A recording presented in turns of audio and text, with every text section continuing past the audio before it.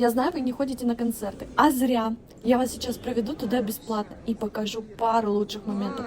Но когда вы находитесь в зале, мурашки обеспечены.